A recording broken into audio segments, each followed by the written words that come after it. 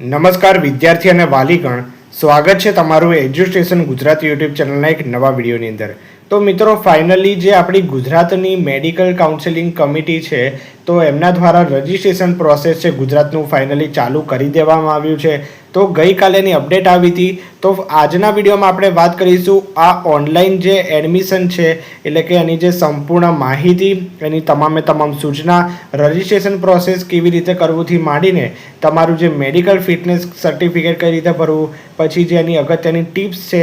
Okay, તો એક વાત હું તમને ખાસ કરી દઉં કે આ વિડીયોને સ્કીપ ના કરતા આ વિડીયો પર આવી ગયા છો તો સંપૂર્ણ વિડીયો જોજો, કારણ કે એક એક માહિતી મારી મહત્વપૂર્ણ રહેવાની છે. જો કોઈ બી વસ્તુ સ્કીપ કરી તો તમને જે આ મેડિકલ કાઉન્સેલિંગ પ્રક્રિયા છે ગુજરાતની એમાં લોચા આવી શકે છે. બરોબર, તો કોઈ પણ તમને ડાઉટ નહીં રહે, હું એની ગેરંટી આપું છું. બરોબર, તો આ વિડીયોને સંપૂર્ણ જોજો, બધી જ માહિતી તમને પ્રોવાઈડ કરવામાં આવશે, એટલે આ વિડીયોને સ્કીપ ના કરતા. બરોબર, તો પહેલાં આપણે જોઈએ કે ઓનલાઈન એપ્લિકેશન અને રજિસ્ટ્રેશન માટેની સૂચનાઓ. હવે જુઓ તો સ્ટેપ 1 શું છે ઓનલાઈન એપ્લિકેશન અને રજિસ્ટ્રેશન માટેનો. તો ઓનલાઈન એપ્લિકેશનમાં સૌથી પહેલાં તમારે કરવાની છે પિન ખરીદી. બરોબર, તો આજે 1 ઓગસ્ટે તમે વિડીયો જોવો છો. બરોબર, તો આજથી એટલે કે ગઈકાલથી તમારી આજે પિન પરચેસની પ્રોસેસ ચાલુ થઈ ગઈ હતી. તો ઘણા વિદ્યાર્થીઓએ ગઈકાલે કરી હશે, અમુક જણા આજે કરશે. બરોબર, આજે કરો તો વધારે સારું. બરોબર, આજે બી તમે કરી શકો છો. હવે આજથી તમારી ચાલુ થઈ ગઈ રજિસ્ટ્રેશન પ્રક્રિયા. બરોબર, અને 13 ઓગસ્ટ 12 ઓગસ્ટ સુધી ચાલવાની છે. 13 ઓગસ્ટ સુધી હેલ્પ સેન્ટર વેરિફિકેશન છે. ઓકે, તો હવે તમારે પહેલાં તો પિન પરચેસ કરવાની છે. 14 ડિજિટની પિન જનરેટ કરવાની છે અને યુઝર આઈડી જનરેટ કરવાનું છે. તો એ માટે તમને શું જોઈશે? 11,000 રૂપિયા તમારા બેંક એકાઉન્ટમાંથી જે આપણી ગુજરાત મેડિકલ કમિટી છે ACPUGMEC, બરોબર, એમને 11,000 રૂપિયા પે કરવાના રહેશે.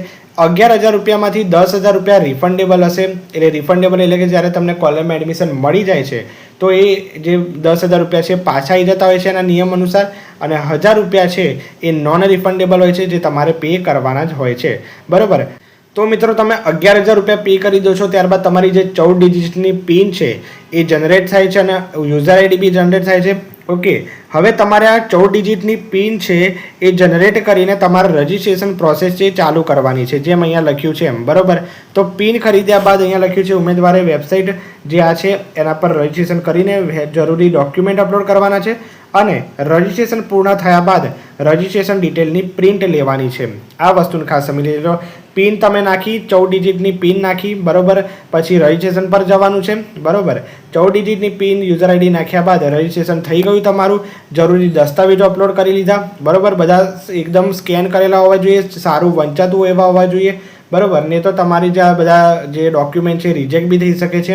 બરોબર, તો સારા વંચાતા હોય એવા સ્કેન કરીને નાખવાના છે. બીજી વાત કે તમારી રજિસ્ટ્રેશન પ્રોસેસ પૂર્ણ થાય તો પછી રજિસ્ટ્રેશન ડિટેલની પ્રિન્ટ આઉટ નીકાળવાની આવશે. એ પ્રિન્ટ તમારે ખાસ લઈ લેવાની છે અને સાચવી રાખવાની છે. બરોબર, હવે રજિસ્ટ્રેશન ડિટેલની પ્રિન્ટ આઉટ લઈ લો છો, ત્યારબાદ તમારે હેલ્પ સેન્ટરનું વેરિફિકેશન કરાવવા જવાનું હોય છે. એના માટે હેલ્પ સેન્ટરની પહેલાં એપોઇન્ટમેન્ટ લેવી પડશે, સ્લોટ બુક કરાવવું પડશે. એટલે તમારે એના પછીના દિવસે જે હેલ્પ સેન્ટર હોય તો એમાં જે નિયત સમય અને તારીખ મુજબ તમારે હેલ્પ સેન્ટર પસંદ કરી લેવાનું છે કે ભાઈ મારે આ હેલ્પ સેન્ટર નજીક પડે છે, તો એમાં તમારે જવાનું રહેશે. તમારા ઓરિજિનલ ડોક્યુમેન્ટ રૂબરૂ લઈને જવાનું છે અને ત્યાં બધા તમારા જે અપલોડ કરેલા હશે એ બધા ચેક કરશે કે સાચા છે કે નહીં. ત્યારબાદ તમારે જો અહીંયા લખ્યું છે કે આ બધી હેલ્પ સેન્ટર વેરિફિકેશનની પ્રક્રિયા પૂર્ણ થઈ જાય, બરાબર, ત્યારબાદ તમારે રજિસ્ટ્રેશન એકનોલેજમેન્ટ સ્લીપ લઈ લેવાની છે. એના વગર તમારે હેલ્પ સેન્ટર છોડવાનું નથી. બરાબર, તો આ તમે લેશો ત્યારબાદ તમારી સંપૂર્ણ રજિસ્ટ્રેશન પ્રક્રિયા અહીંયા પૂર્ણ થઈ ગયેલી કહેવાશે હેલ્પ સેન્ટરમાં. બરાબર, તો રજિસ્ટ્રેશન એકનોલેજમેન્ટ સ્લીપ લઈને તમારે ઘરે પાછા આવતા રહેવાનું છે. બરાબર, અને ત્યારબાદ તમારે મેરિટ લિસ્ટની રાહ જોવાની છે. પછી તમારે કોઈ બી પ્રોસેસ કરવાની નથી.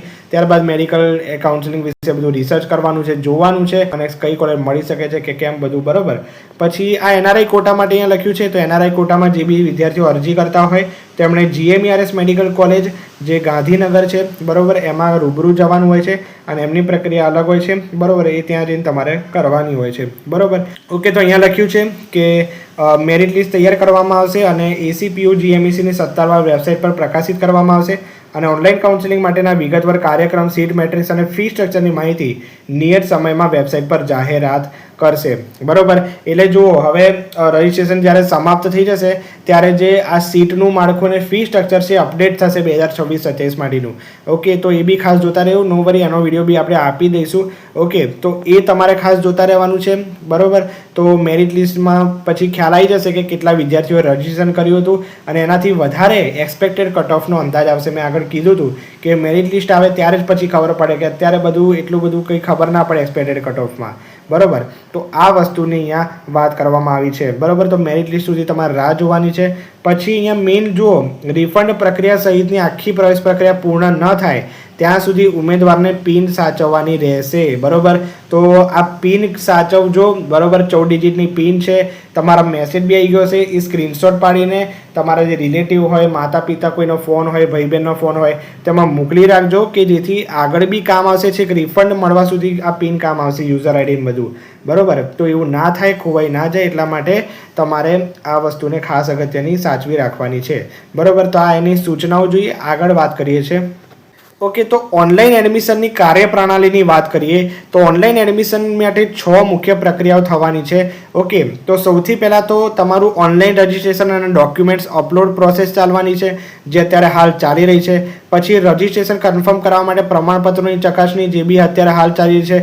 પછી મેરિટ લિસ્ટની તૈયારી અને જાહેરાત કરવામાં આવશે. ઓકે, જે રજિસ્ટ્રેશન બાદ કરવામાં આવશે. પછી ઓનલાઈન ચોઇસ ફિલિંગ અને એડમિશન ફાળવણી થશે. ત્યારબાદ ઓનલાઈન ચોઇસ ફિલિંગ અને એડમિશન ફાળવણી થઈ જાય ત્યારબાદ તમારે ટ્યુશન ફીની ચૂકવણી કરવાની હોય છે અને એડમિશન કન્ફર્મ કરવા માટે અસલ ડોક્યુમેન્ટને જમા કરાવવાના હોય છે હેલ્પ સેન્ટર પર. એટલે તમારે ટોટલ 2 વખત હેલ્પ સેન્ટર પર જવું પડતું હોય છે, એક અત્યારે અને છેક તમારું જ્યારે કોલેજ મળી જાય, કોલેજમાં તમે એડમિશન લો, બરાબર, ત્યારે ઓરિજિનલ ડોક્યુમેન્ટ જમા કરાવવાના હોય ત્યારે.